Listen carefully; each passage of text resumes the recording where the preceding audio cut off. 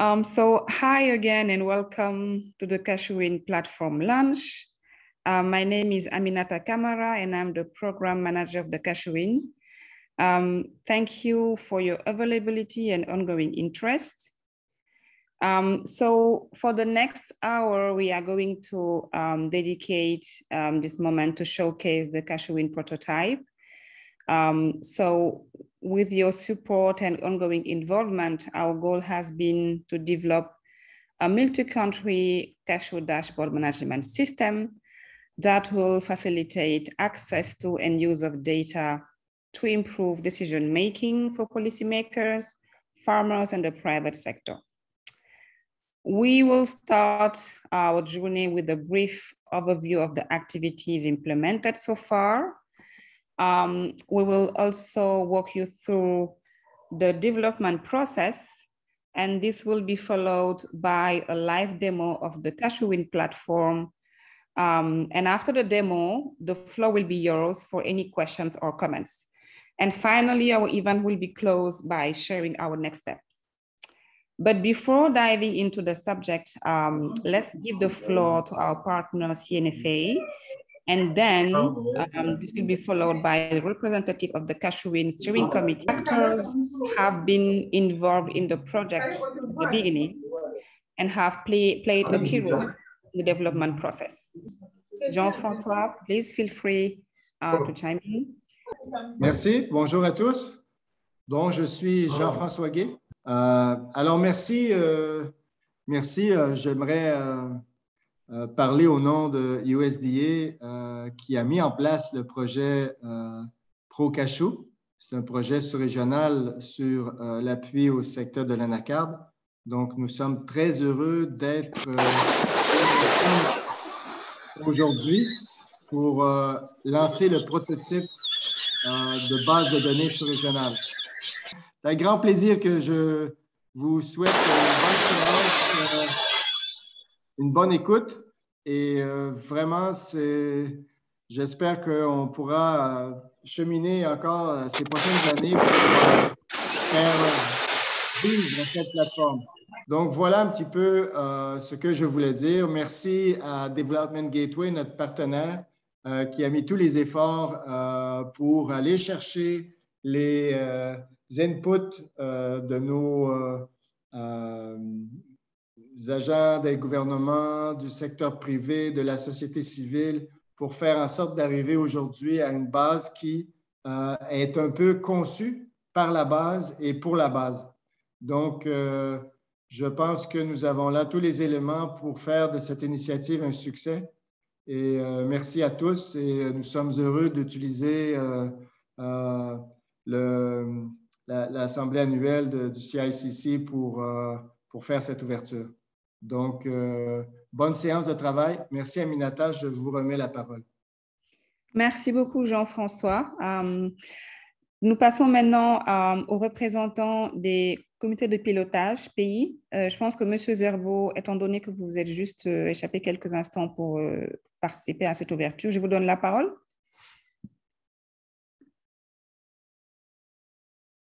Vous avez 1 minute. M. Zerbo, vous êtes là? Oui, je suis là. OK, je vous en prie, prenez la parole. Bonjour à toute l'assistance. Bonjour aux acteurs qui suivent en ligne cette activité. En tout cas, je voudrais à mon tour remercier en tout cas Pro-Cashew et la composante Cashew-in qui, dès la création du Conseil burkinabé d'anacarde, a été une opportunité pour le CBA et le Burkina Faso de pouvoir déjà commencer à mettre en place sa base de données. Je voudrais en tout cas vous réitérer nos remerciements, indiquer que contrairement à ce que les gens se posent comme question, il faudrait qu'on puisse rassurer l'ensemble des pays que les données sont de la propriété des pays. Parce que moi, ici aussi, il y avait des débats sur cette question. Je pense que, en tout cas, une communication doit être faite dans ce sens-là. En tout cas, j'ai pu rassurer, en tout cas, l'assistante lors du CICC, que c'est une démarche participative, inclusive, et que le cas du Burkina a été présenté à travers la composition de son comité de pilotage qui est assez élargie, mieux au-delà de la signature de MOU. En tout cas, nous avons rassuré qu'il y a aussi un cahier de charges qui sera encore soumis au comité de pilotage pour amendement. Et qu'à cette occasion-là, au regard de la composition, en tout cas du comité de pilotage du Burkina Faso, toutes les dispositions seront prises pour que nous soyons en phase avec la législation au niveau national. Donc, je voudrais inviter, en tout cas, les uns et les autres à pouvoir faire cette communication. J'ai aussi la chance, peut-être que tous les participants n'ont pas encore vu le prototype parce que ça a été présenté à la réunion des experts du CICC. En tout cas, beaucoup de pays apprécient le prototype, comptent aussi voir dans quelle mesure, en tout cas, Procachou peut l'élargir à l'ensemble des pays du CICC, des pays membres du CICC. Donc, en tout cas, nous voulons remercier à CICC pour cette opportunité qu'il nous donne.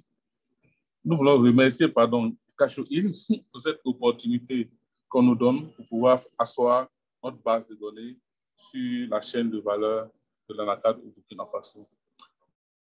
Donc, je souhaite plein succès aux travaux et que les préoccupations qui seront soulevées, parce que ce qui avait été dit, en fonction du prototype, c'est une démarche continuelle, une démarche progressive.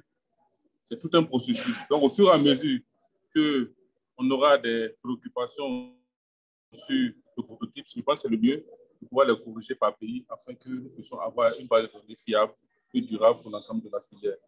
Je profite de l'occasion de saluer encore M. François pour son passage au Burkina Faso.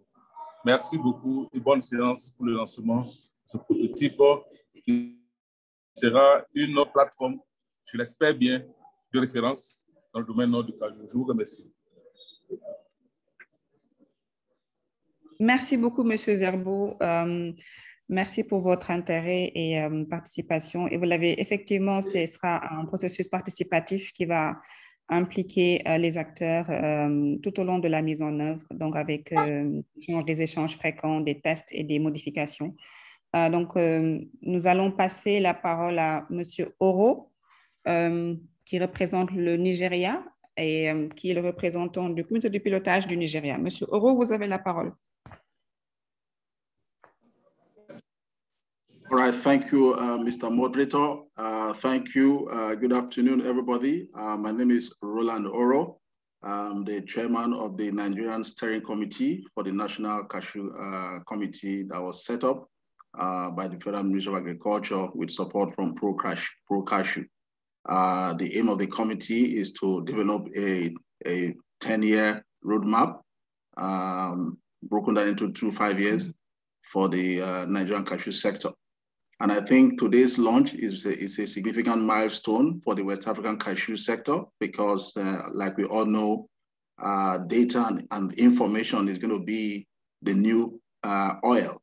It's going to be very important, for everyone in the value chain, other farmers, processors, traders, policymakers, extension agents. We all need information to make decisions, So I think today's launch is very strategic, very important. And Nigeria, we're going to work with this platform to take advantage of it so that we can begin to achieve the target for the cashew sector in Nigeria.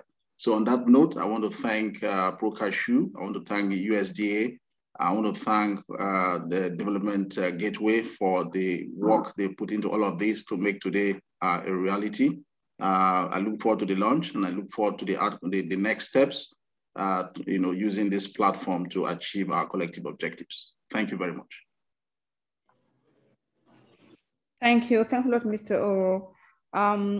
So now let's move to the next representative. I don't know if we have someone from Benin. Est-ce qu'on a quelqu'un du Bénin, de la Côte d'Ivoire, someone from Ghana ou un représentant du CICC? Je sais que certaines personnes sont encore impliquées dans l'activité du CICC en cours. S'il y a des représentants du Bénin, de la Côte d'Ivoire et du Ghana ou du CICC qui sont là et qui veulent prendre la parole, n'hésitez pas. Sinon, on peut directement passer à la prochaine session.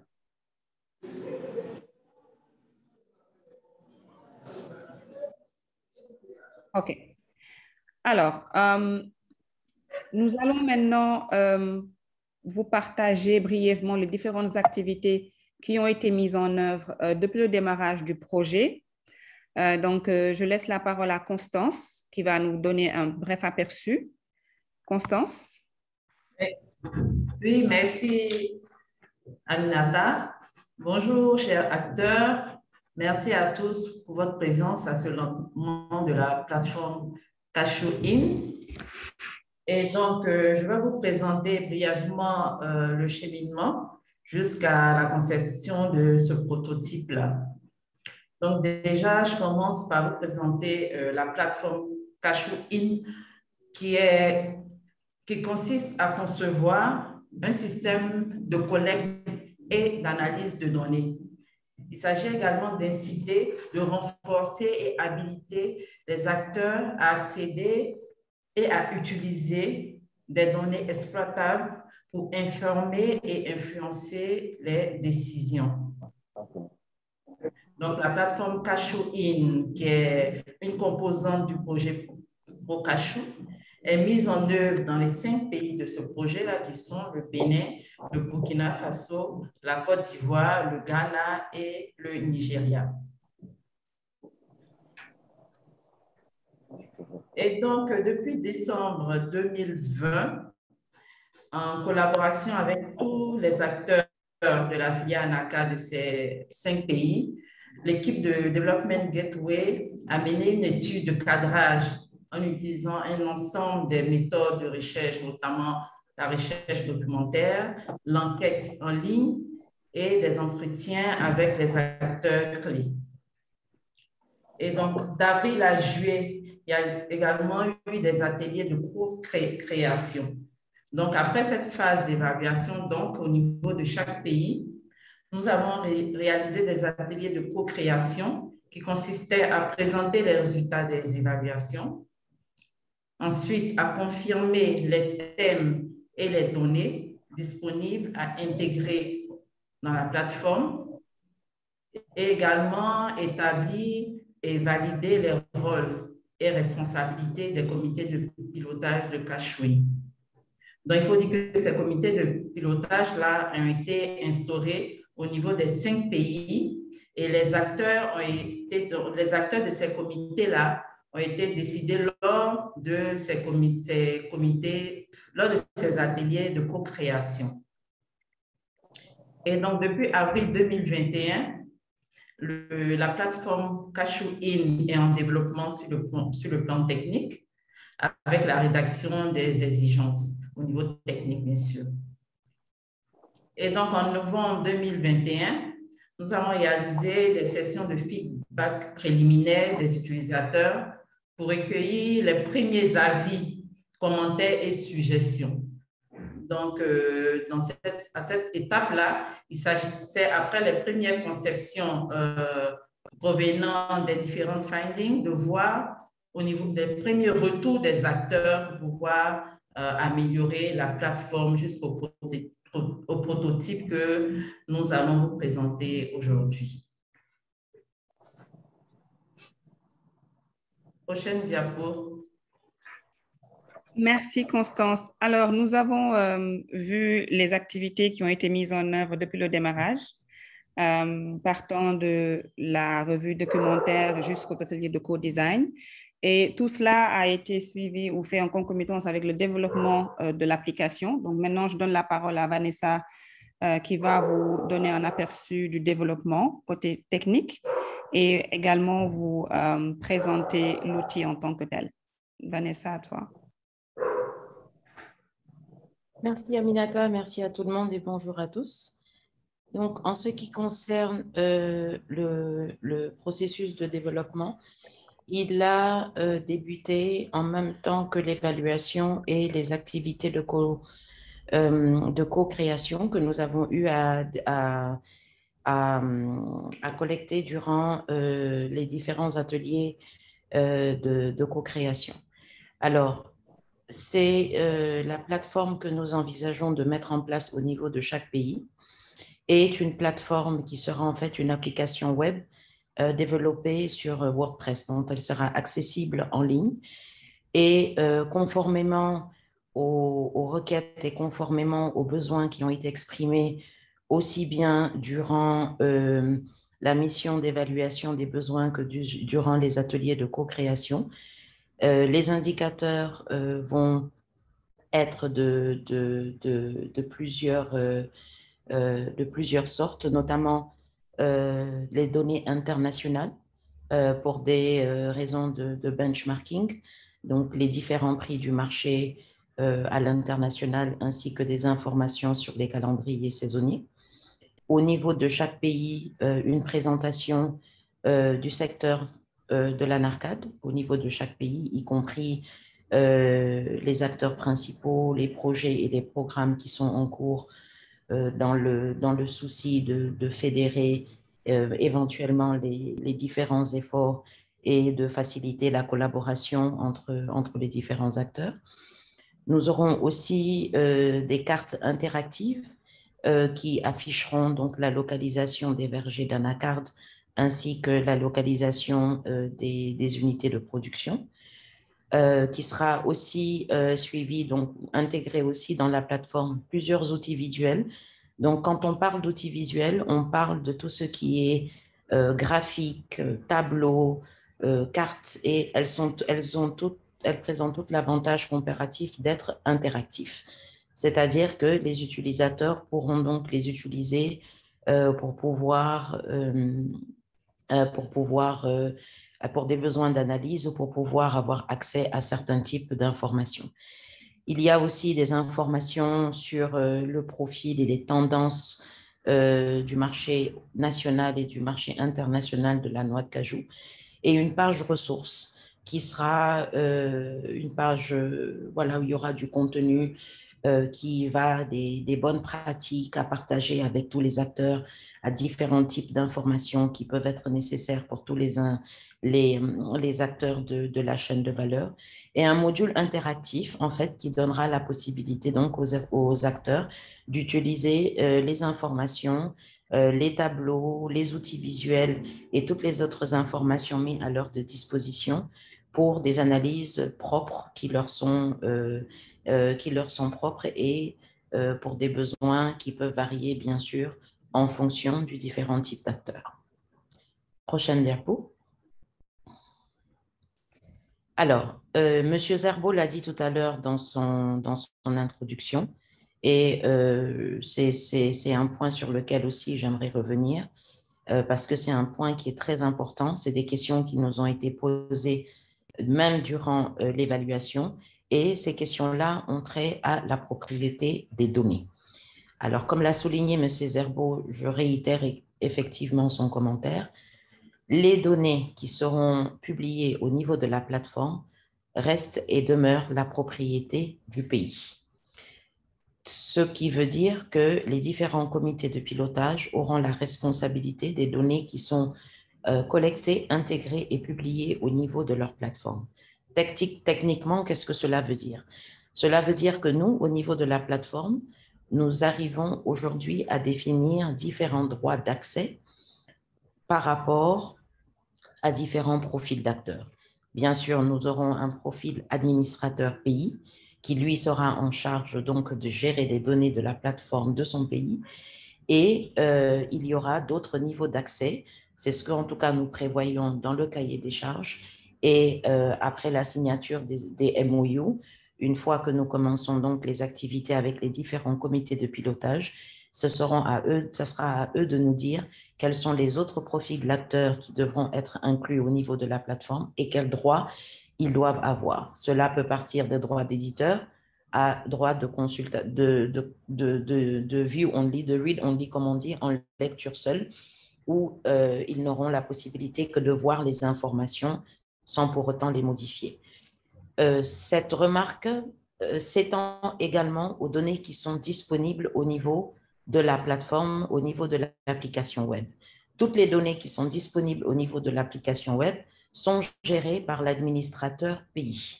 Ce qui veut dire que c'est le pays et le comité de pilotage qui décident des données qu'ils veulent rendre disponibles au niveau de leur plateforme. Pour soutenir en fait ce processus même de propriété des données, Development Gateway a recommandé à tous les pays de mise en œuvre de pouvoir travailler sur une politique de confidentialité des données. Nous allons les appuyer en donnant les grandes lignes d'une politique de confidentialité de données, en donnant la latitude à chaque pays et à chaque comité de pilotage de pouvoir l'adapter à son contexte.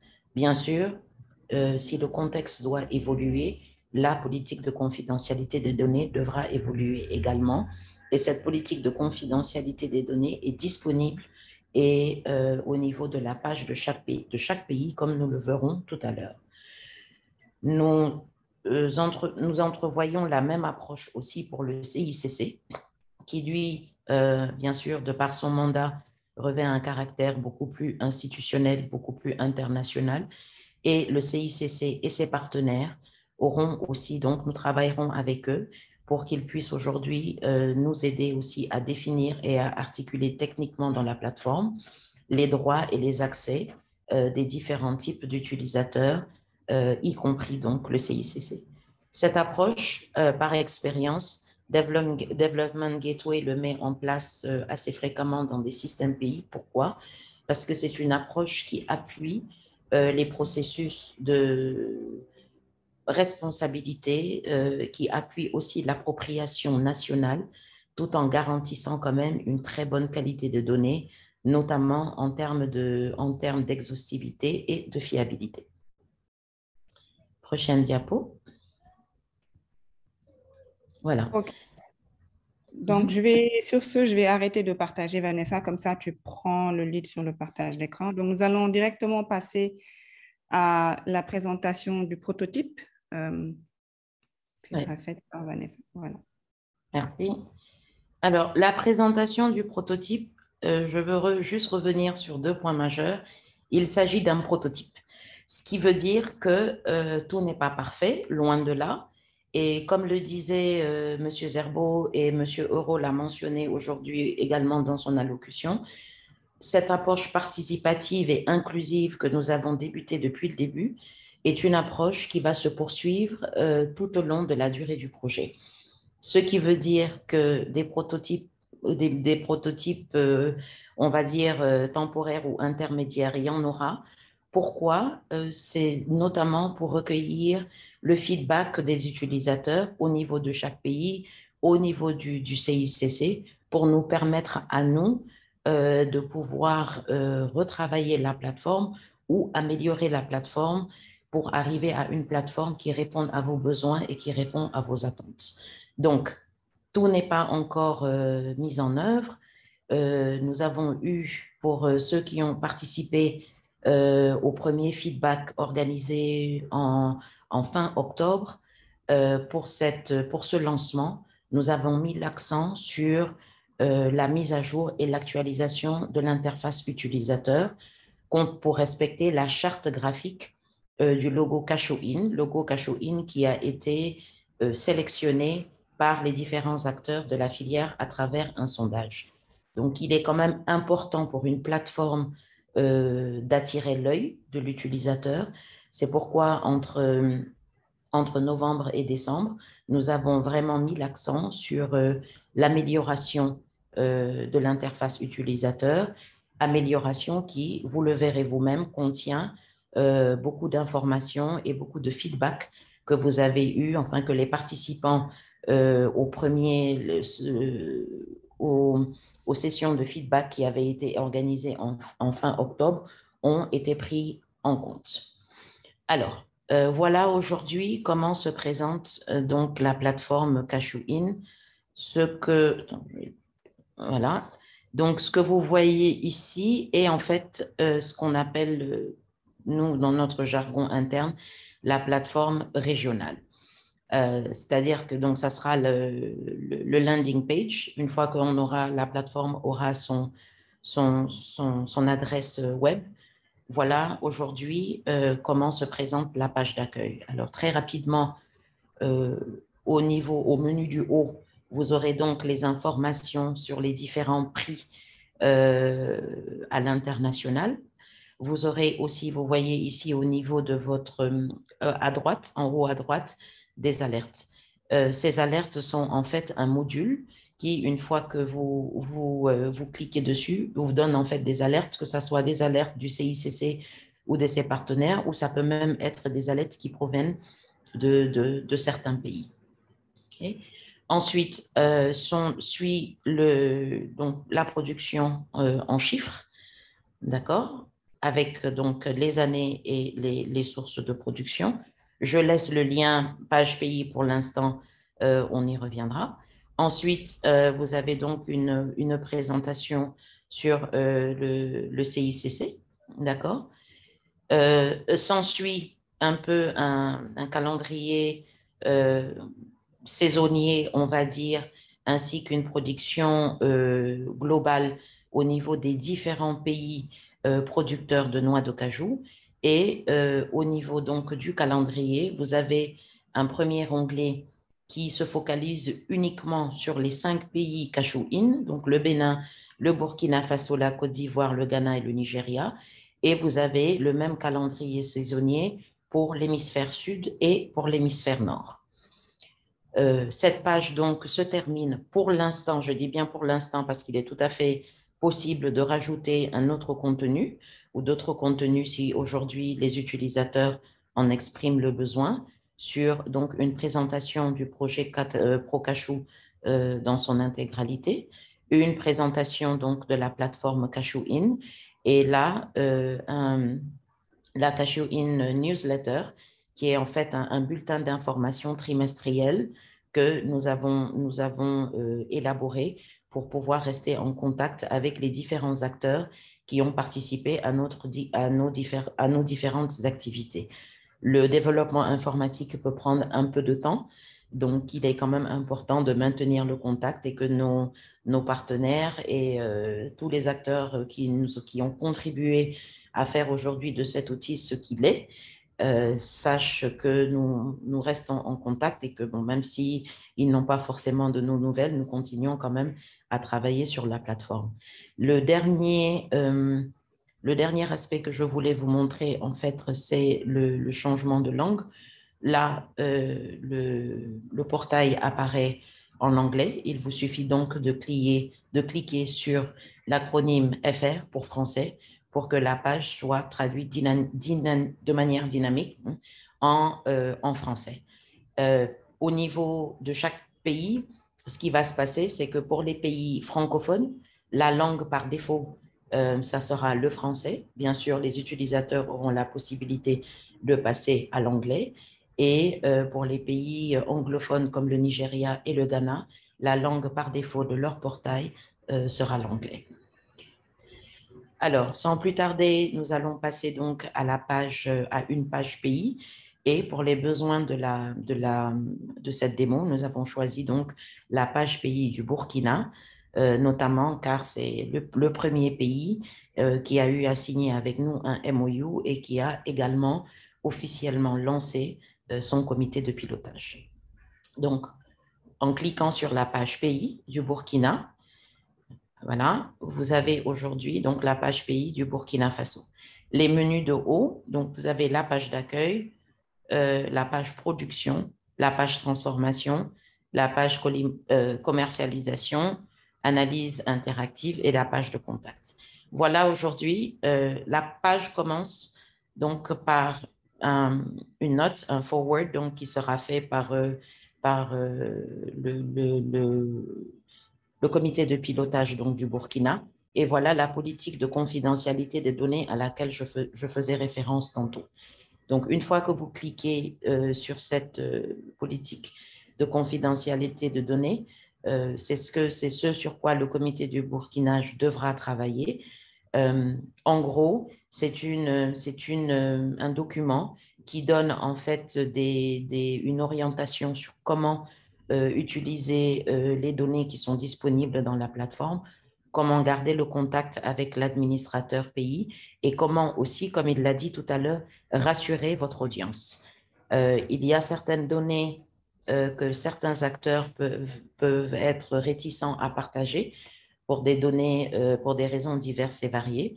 Il est donc important qu'aujourd'hui, vos différents utilisateurs, ou en tout cas ceux qui devront participer, ceux qui devront participer à la mise à disposition des données soient effectivement rassurés de l'utilisation qui sera faite de ces données. Donc ça, c'est quelque chose sur lequel chaque pays est invité donc à travailler. Okay. Ensuite, donc pour repartir à la page du Burkina, donc vous avez suivi du mot de bienvenue et de la politique de confidentialité des données, vous avez donc le secteur de la noix de cajou au Burkina, d'accord? Et donc cette rubrique vous donne des informations utiles sur le secteur au Burkina Faso, notamment les principaux acteurs, les cadres organisationnels, juridiques, réglementaires qui régissent les secteurs. Mais vous avez aussi une liste de documents requis pour les différents producteurs, transformateurs, commerçants, les exportateurs, ainsi que des informations sur les projets et programmes en cours qui visent à promouvoir la filière Anarcat. Ensuite, vous avez des liens rapides qui vous amènent directement à l'association de producteurs, aux informations qualité sur l'Anarcat au Burkina, aux informations de certification. Vous avez également la météo locale qui apparaît au niveau de la page pays. Et en dernier, un répertoire de fournisseurs de services, donc les entrepôts de stockage, les compagnies de transport, de logistique, les compagnies d'import-export, etc., les pépinières, les instituts de formation, des organes de certification, fournisseurs de matériel agricole, les professionnels de lutte contre les maladies et les nuisibles. Donc, voyez ça un peu comme étant un carnet d'adresses de référence pour les différents fournisseurs de services qui interviennent dans le secteur de l'anacarde. Encore une fois, ce sont les premières catégories qui ont été partagées avec nous. Il est tout à fait possible d'en rajouter. Il est possible aussi d'en retirer également. Mais en tout cas, ce sont ces premières catégories-là qui ont été partagées avec nous au niveau des fournisseurs, des catégories de fournisseurs de services. Voilà. La page suivante que nous allons parcourir, c'est la page production. D'accord? Donc, c'est une page, en fait, qui essaie de montrer les caractéristiques et les tendances de production de noix de cajou au niveau des pays. Donc là, nous avons 3 icônes. Le premier icône concerne la localisation des vergers, que nous allons voir dans quelques temps. Le second, les associations de producteurs et les statistiques infranationales. Pourquoi est-ce que nous précisons infranationales? C'est que par défaut, les statistiques sont agrégées au niveau région productrice de noix de cajou. Alors, la raison pour laquelle on n'a pas mis régional pour les besoins de cette démo, c'est parce qu'aujourd'hui, des fois, le mot régional peut prêter à confusion parce que quand on dit régional dans un contexte de projet régional, on aurait tendance effectivement à penser qu'il s'agit ici des données des 5 pays, ce qui n'est pas du tout le cas. Donc, les statistiques infranationales, ce sont les statistiques et les indicateurs de production, les statistiques et les indicateurs de production pour le Burkina uniquement.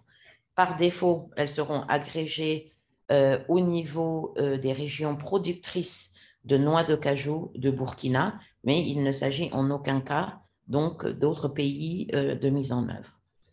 Avant de rentrer dans les sous-pages, je finis avec la page de production. Donc, vous avez le calendrier saisonnier de production. On a vu le calendrier de production global au niveau de la page régionale.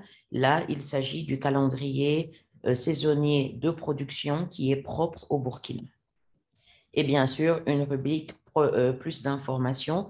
Je ne le répéterai jamais assez. Tout ça peut être changé, modifié, amélioré. Il peut y avoir d'autres informations qui sont pertinentes à rajouter, et ce, au niveau de chaque pays. Alors, on va regarder la localisation des vergers. Donc, je vais cliquer sur la carte. D'accord? Donc, vous avez la localisation des vergers d'Anarcat. Donc, aujourd'hui, on a au niveau de notre plateforme un total de 26 vergers. Et 26, ça c'est pour les besoins de la démo, parce que certains pays nous ont demandé d'ajouter cette précision. À avec une distinction donc de verger appartenant à un homme et de verger appartenant aux dames. Alors, c'est un peu comme ça que se présentera la vue par défaut. Donc, comme je vous l'ai dit, la carte est relativement très interactive et vous pouvez par contre filtrer pour des besoins d'analyse ou pour d'autres besoins par rapport aux différents filtres qui se trouvent ici. Alors, le premier filtre, c'est la date de création. Chaque verger qui a été inscrit au niveau de la plateforme contient une date aujourd'hui de création. Donc, vous avez la possibilité de dire, si je choisis par exemple 2016, voilà, vous voyez que la carte est automatiquement mise à jour pour ne montrer que les vergers qui ont été créés en 2016, je pense que c'est ce que voilà, que les vergers qui ont été créés en 2016. De la même façon, vous avez la possibilité aussi de choisir, bon, dans ce cas de figure, les 6 vergers sont des vergers appartenant à des hommes, mais vous avez la possibilité de choisir aussi ou de focaliser votre carte pour n'afficher que les informations pour des vergers qui appartiennent ou à des femmes ou à des hommes. Au niveau de l'inscription du verger également, on a eu à mettre les types de certification.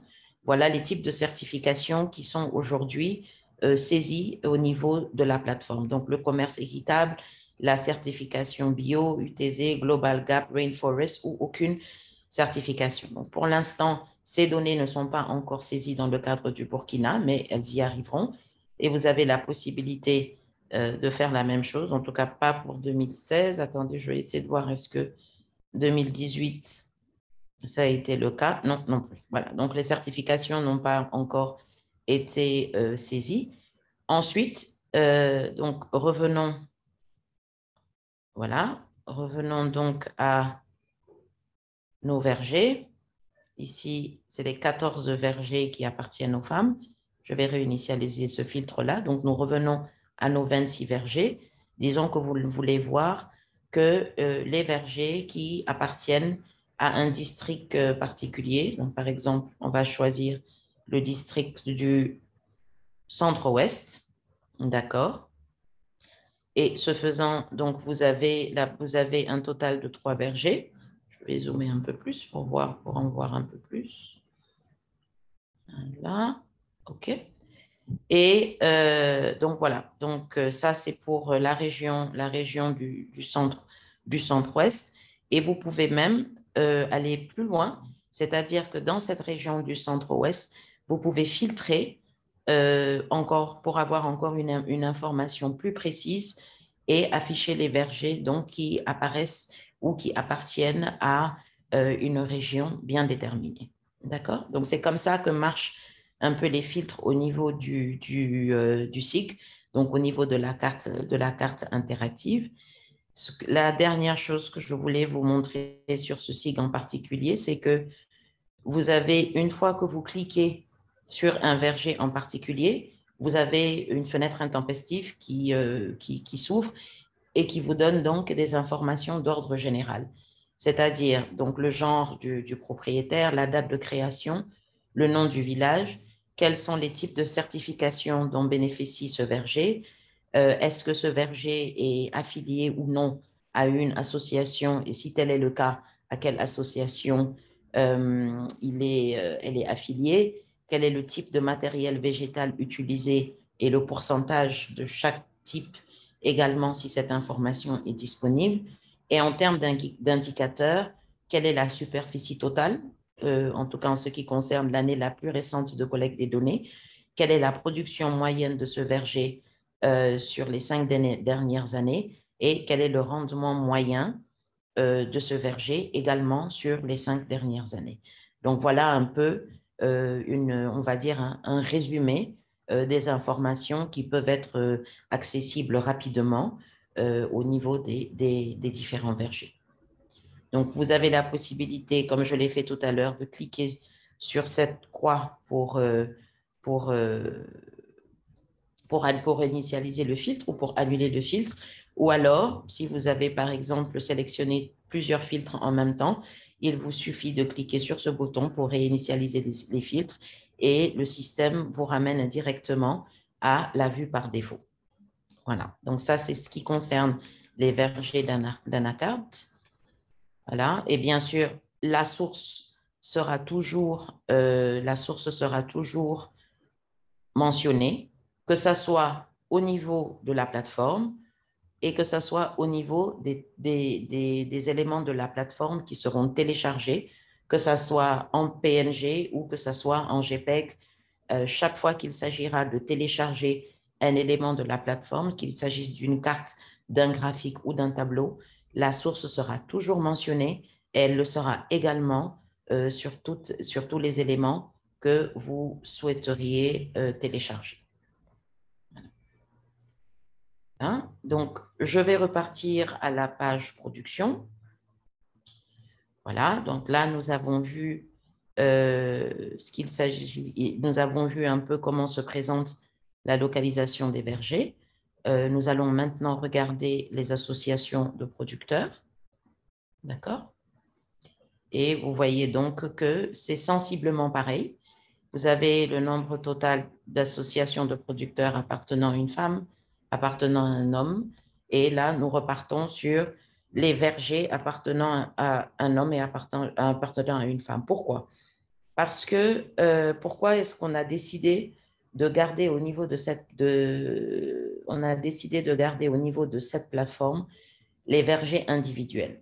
Parce que nous avons compris pendant nos différentes évaluations que aujourd'hui, dans certains pays, le gouvernement œuvre pour que les vergers individuels puissent rejoindre une association de producteurs. Il y a certaines politiques donc, gouvernementales qui sont mises en place dans certains pays de mise en œuvre pour un peu formaliser les associations de producteurs et inviter les différents vergers à rejoindre les associations de producteurs.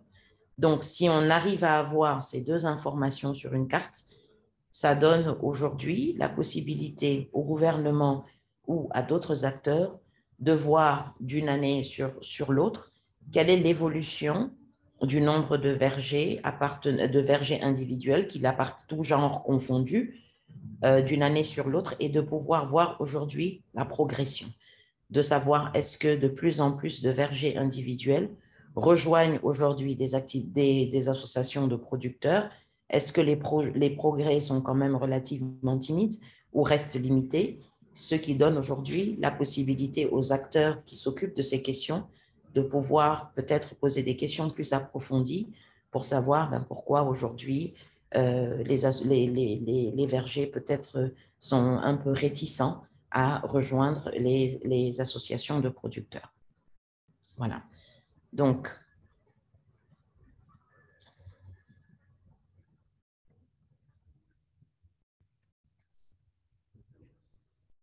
il y a une association de producteurs.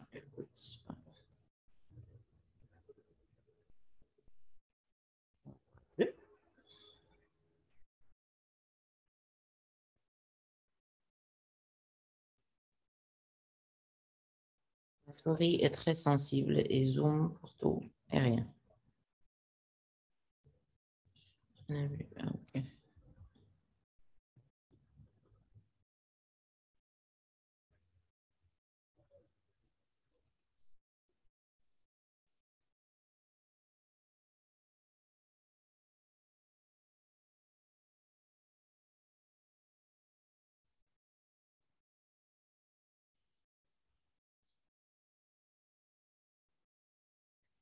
Donc, les différentes associations de producteurs, en fait, seront mises en cluster et les mêmes informations d'ordre général que nous avons eu à voir au niveau des différents vergers seront disponibles aussi au niveau des associations de producteurs, à la différence qu'il y aura en plus un contact et le nom du président donc, de l'association pour pouvoir, on va dire, faciliter la mise en relation avec des acheteurs potentiels.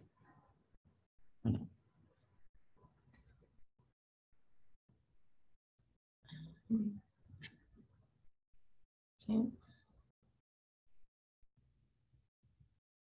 Voilà. Donc, vous pouvez toujours revenir à la page d'accueil du pays, soit en cliquant donc sur le nom du pays.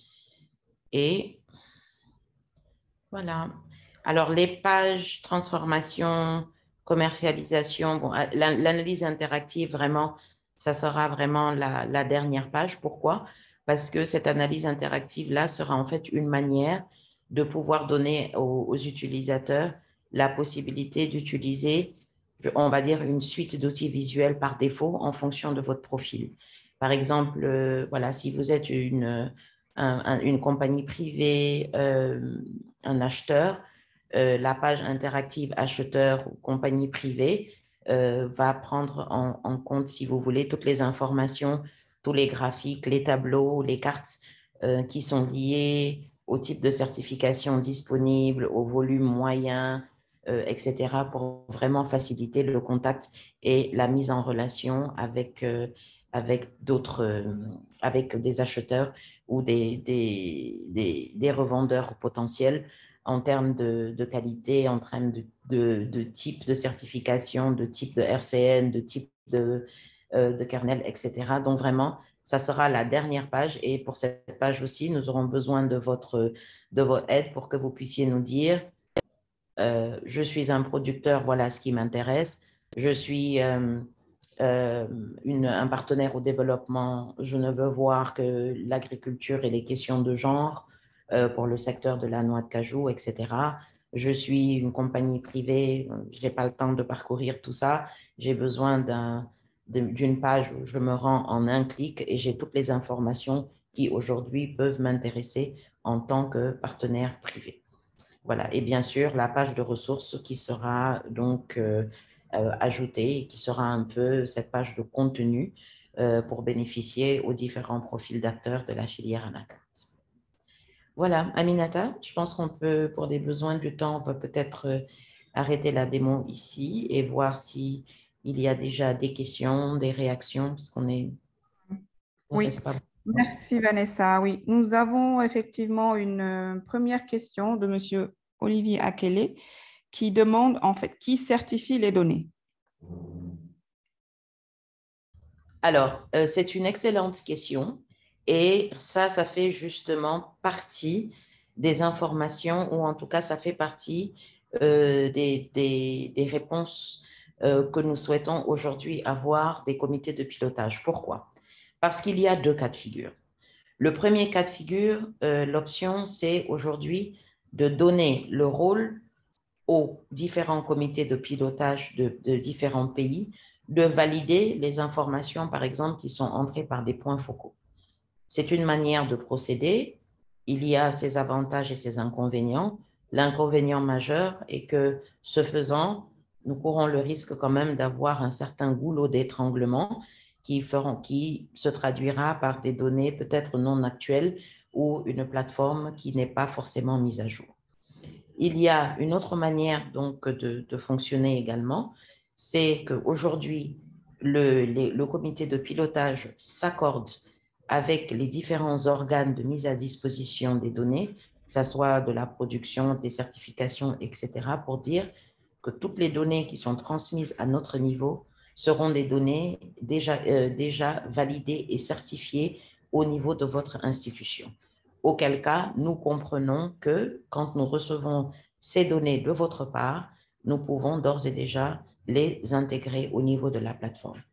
Ça a aussi ses avantages et ses inconvénients. Techniquement, tout est possible. Nous pouvons très bien rajouter des mécanismes de validation, autant qu'il en faut, deux, au niveau de la plateforme, comme nous pouvons aussi peut-être rationaliser et fluidifier le processus peut-être de mise à jour des données, et qu'en amont, à travers des MOU ou à travers d'autres moyens de collaboration ou de formalisation de collaboration, que les comités de pilotage s'entendent avec leurs partenaires ou en tout cas les institutions qui doivent mettre à disposition les données, que les données qu'ils reçoivent soient des données validées. Voilà, j'espère avoir répondu à votre question, Monsieur Akele. Merci, Vanessa. Nous avons une autre question de Monsieur Wim Simmons. Alors, qu'est-ce qui est prévu comme dispositif d'interaction des données avec d'autres applications existantes? Alors, qu'est-ce qui est prévu pour l'instant? Nous avons prévu, ne serait-ce que pour la météo, nous avons prévu vraiment le plus possible de pouvoir travailler avec les instituts nationaux de météorologie, je ne sais jamais comment dire ce mot, et en fait, notre collaboration, ou en tout cas la mise à disposition des données, se fera par une API. Donc, WordPress est la base de données donc, qui sous-tend la plateforme Cashew-in donne la possibilité de pouvoir être intégré avec d'autres applications à travers des API. Et à la fin de ce projet, chaque pays de mise en œuvre aura une licence de la plateforme Cashew-in qui permettra donc de pouvoir, en leur sein, développer des API avec d'autres serveurs ou d'autres applications au besoin. De manière technique, je recommande effectivement une intégration via une API. C'est fait de manière, c'est assez rapide, ça donne quand même des bons résultats et c'est très évolutif. Si demain, après-demain, les mécanismes d'interaction pouvaient être amenés à changer, il est beaucoup plus facile de modifier une API que de modifier une passerelle, surtout si les deux systèmes d'exploitation ne sont pas forcément compatibles ou peuvent avoir des difficultés à se parler. Mais via une API, c'est tout à fait possible et c'est ce que nous envisageons de faire déjà avec les services météo de chaque pays, si possible, et pourquoi pas avec d'autres applications qui pourraient être disponibles également. Prochaine question. Merci, la relance de toujours, Simone, c'est est-ce que les API vont dans les deux sens, données entrantes et données sortantes? Elles peuvent très bien. Les API peuvent être des API en unisens ou des API à double sens, effectivement, où les systèmes peuvent s'échanger les différentes informations. Merci, Vanessa. Alors, une question de M. Armel Nakoulma. N'est-il pas possible d'ajouter au niveau de la source des données la structure nationale productrice de la donnée? Si, c'est exactement ce qu'on veut. Mais c'est des données que nous n'avons pas eues encore parce que ce qui va se passer, on vous a parlé du MOU qui nous lie avec les différents comités de pilotage des différents pays. Dans le cadre du Burkina, on vous a également parlé du lancement officiel du comité de pilotage. Maintenant, il s'agira pour commencer les activités. Dans ces activités, comme l'a dit M. Zerbo tantôt, il y a le cahier des charges qu'il faudra rédiger, mais il y aura aussi la formalisation de mise à disposition des données avec les différentes structures. Si je donne un exemple, s'il y a une structure qui est identifiée pour mettre à disposition les données de production, nous recommandons au comité de pilotage de formaliser cette collaboration avec la structure responsable de mettre à disposition les données sur la production. Déjà, ne serait-ce que dans un cadre formel de collaboration, que tout le monde s'y retrouve et que tout le monde aussi se sente impliqué, mais aussi pour une continuité et une certaine pérennisation, notamment quand il y a quand même des changements institutionnels profonds qui peuvent aujourd'hui avoir un impact quand même significatif sur ce genre de système. Une fois que ça sera fait, effectivement, là, on a mis Cashew-in parce que voilà, ce n'est qu'un prototype, mais le final, c'est qu'effectivement, il y ait au niveau de la source l'institution officiellement reconnue et habilitée à donner les informations qui seront disponibles sur la plateforme Cashew-in. Parfait. Merci beaucoup, Vanessa. Je pense que nous sommes arrivés à la fin de notre présentation. Pour d'autres questions, n'hésitez pas à les poster sur le chat. Nous allons évidemment y répondre et nous allons toujours rester en contact avec vous via notre newsletter et également via les sessions de user feedback que nous organisons régulièrement pour collecter vos avis, vos impressions sur la version développée ou l'amélioration qui a été faite du prototype. Donc, ce qui m'amène à vous parler des prochaines étapes après cette présentation. Nous allons évidemment continuer à travailler et à améliorer, à rajouter d'autres informations en espérant avoir accès aux données concrètes pour vous montrer ce que vous pouvez faire avec les informations que nous avons. Donc, nous allons poursuivre les discussions et finaliser les MOU en cours avec certains pays. Donc, on a signé déjà 2 MOU avec, plutôt 3, avec le Burkina, le Nigeria et dernièrement le Bénin. Donc, nous sommes en discussion pour finaliser les MOU avec le Ghana et la Côte d'Ivoire et bien évidemment avec le CICC, avec qui nous avons démarré les discussions il y a quelques semaines. Donc, après en parallèle, nous allons également revoir et valider avec les membres des comités de pilotage les plans d'action et plans de durabilité du projet parce que nous avons souhaité démarrer, parler de la durabilité durant la mise en œuvre. Donc, chaque pays a un plan de durabilité que nous lui proposons de revoir, d'adapter à son propre compte et à ses besoins. Donc, ce travail-là va être fait par le comité de pilotage de chaque pays.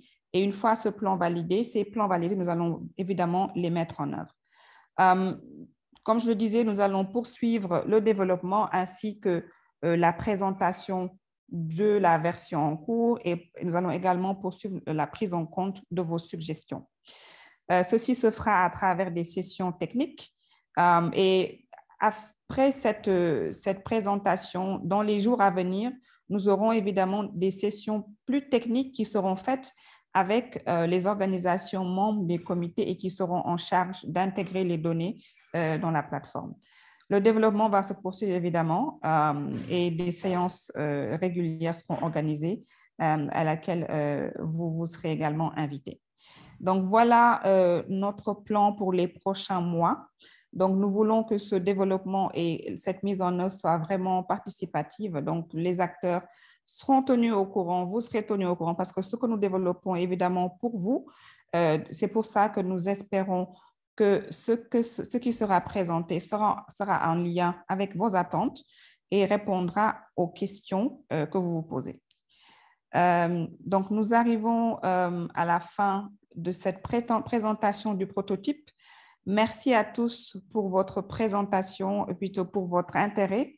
Nous resterons en contact évidemment. Donc, prochainement, notre prochaine information sera cette newsletter que nous partagerons en début d'année, en janvier, pour vous présenter évidemment tout ce qui a été fait et tout ce que nous prévoyons de faire dans les 3 prochains mois. Voilà, merci à tous encore une fois. Très bonne fin de journée et nous vous souhaitons d'excellentes fêtes de fin d'année et un joyeux Noël. Merci. Merci, au revoir. Merci, au revoir à tous et à très vite. Merci, au revoir.